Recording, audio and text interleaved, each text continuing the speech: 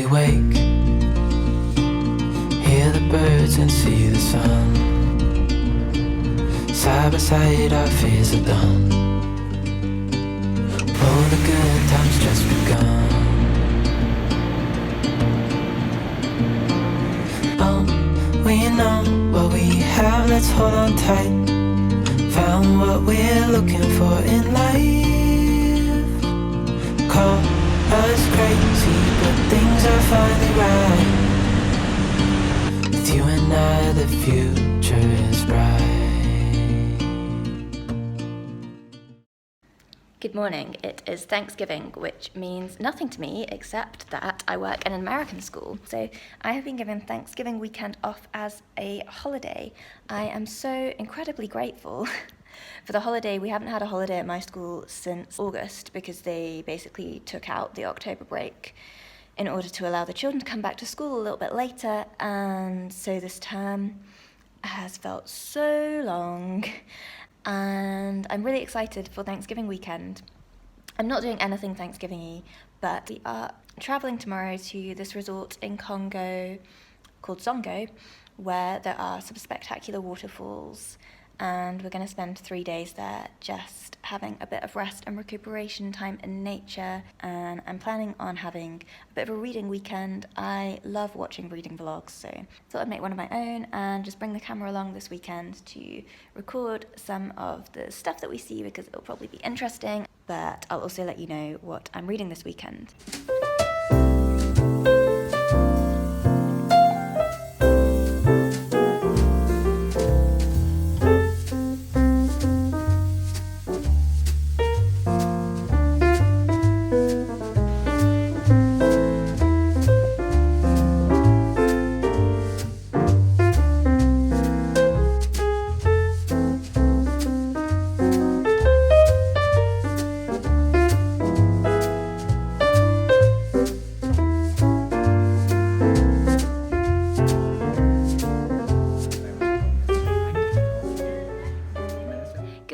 It is 7 o'clock. We are going away on our short weekend mini break today, which is really exciting in these COVID times. I know that is not something to be taken for granted, and we're leaving in an hour. I have a fair bit to do before then. I need to finish packing. I need to go and buy us some breakfast and some lunch from the bakery and get some petrol before we leave at 8 o'clock.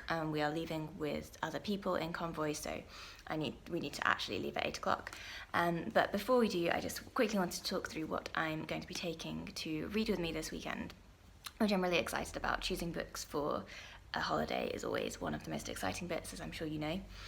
So the main thing that I'm going to be reading this weekend is The Fortnight in September by R.C. Sheriff. This is a Persephone Classics, so they kind of specialise in undervalued works from the early 20th century in general, almost exclusively by women writers. This is the first one of theirs that I have read that's written by a man. R.C. Sheriff wrote Journey's End, which is a really powerful and beautiful play about World War I, about a group of just very normal people in World War I, and that's kind of his thing. So the premise of this book is that a lower middle class family go on holiday for a fortnight in September every year, and it follows their 2-week holiday day by day. And that is the entire premise, that is the entire plot of this book. It's really quiet, really understated. I really adore quiet books that aren't about very much. I would say that's probably my sort of favourite type of writing. So I started it the other night. I've read, as you can see, I think maybe about 50 pages or so, and so far it is everything that I hoped it would be.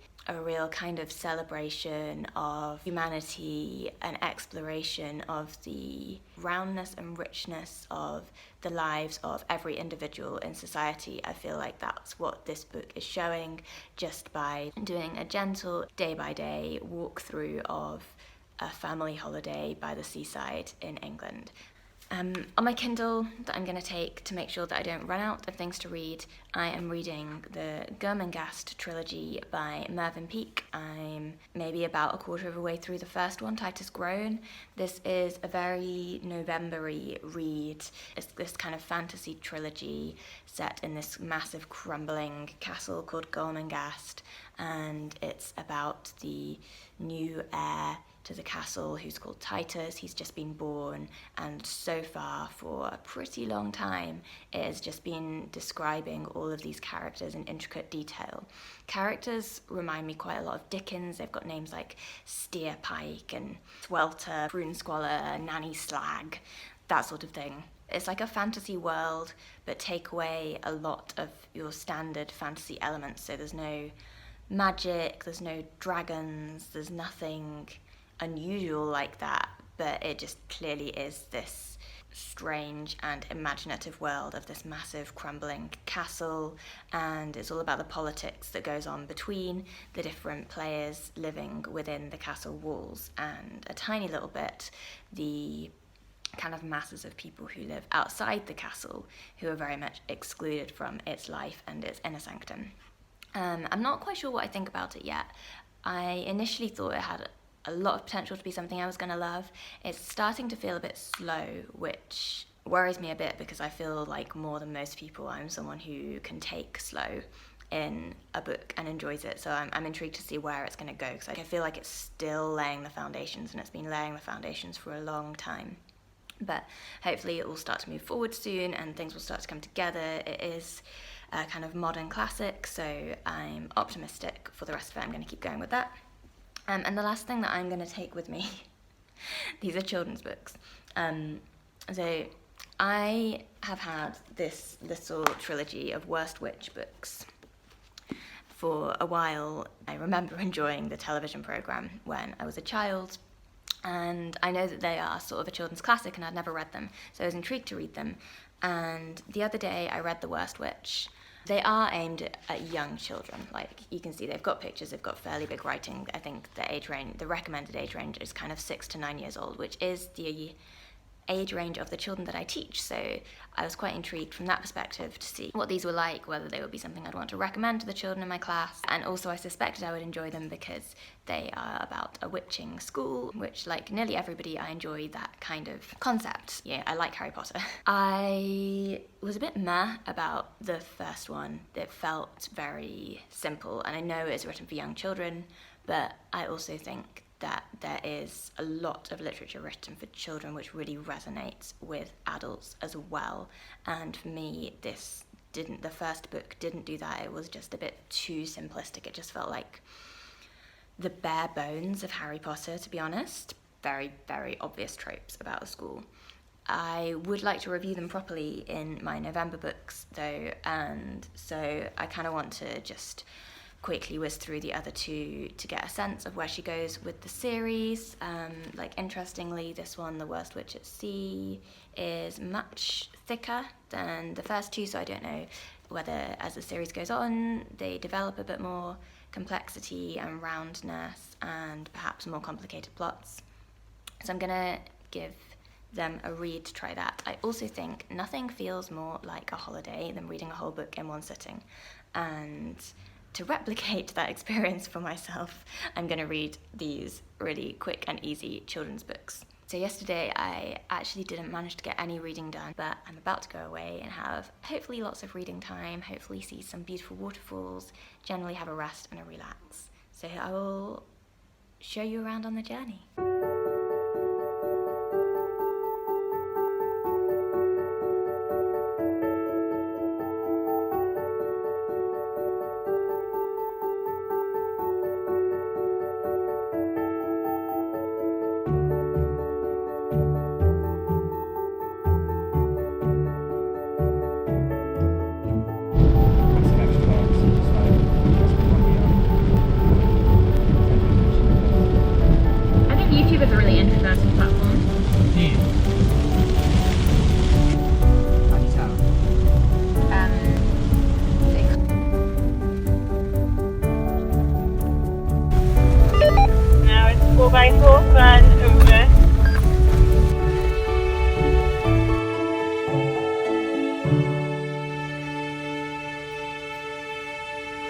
We have arrived. It is 3 o'clock. We just got here. We left at about 8:30 in the morning, so it was a pretty long drive in the end, although it was also really fun. There was quite a lot of off-roading. There was a fair bit of traffic in Kinshasa, but after that it got a lot better, so it was a nice trip. And now we are here in this little cabin chalet. Tom has just gone for a swim. I was gonna have a nap, but I've had a lie down, and even though I didn't sleep, I feel kind of refreshed, so I think I'm gonna have a little read now.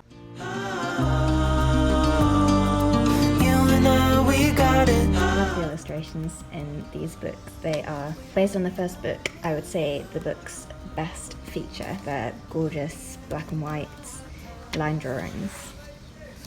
I can weather any storm. Before I sleep, hear the crickets, see the moon, side by side and through and through.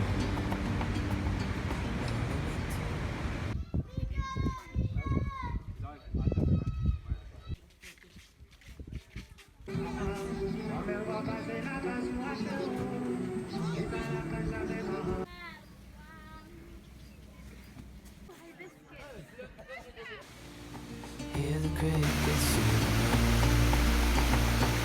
side by side and through and through. No limit to what we can do.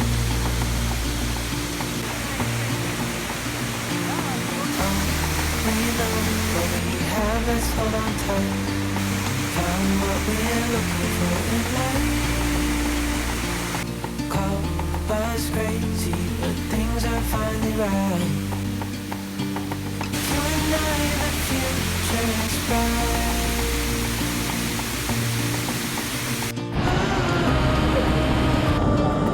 You and I, we got it. We don't need no more. Even in the hard times, you and I can weather any storm.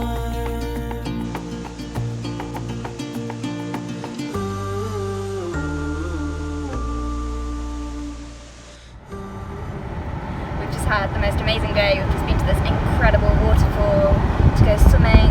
I am sunburnt and hot, but great. And then our car had broken down, but fortunately we were with a guy who loves fixing cars, who's managed to fix it and also fix the AC, which is probably so noisy you can't even hear what I'm saying in this video, but I'm enjoying it a lot right now.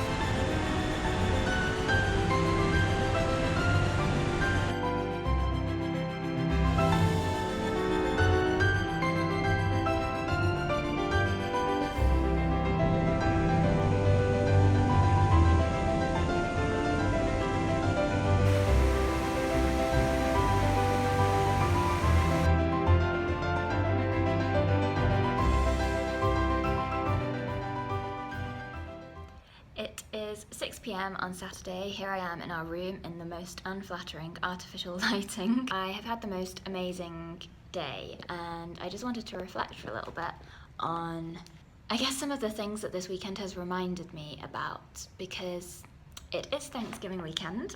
I think that any opportunity to be thankful is a good one. And just to take a moment to be so unbelievably thankful for the weekend that I have had.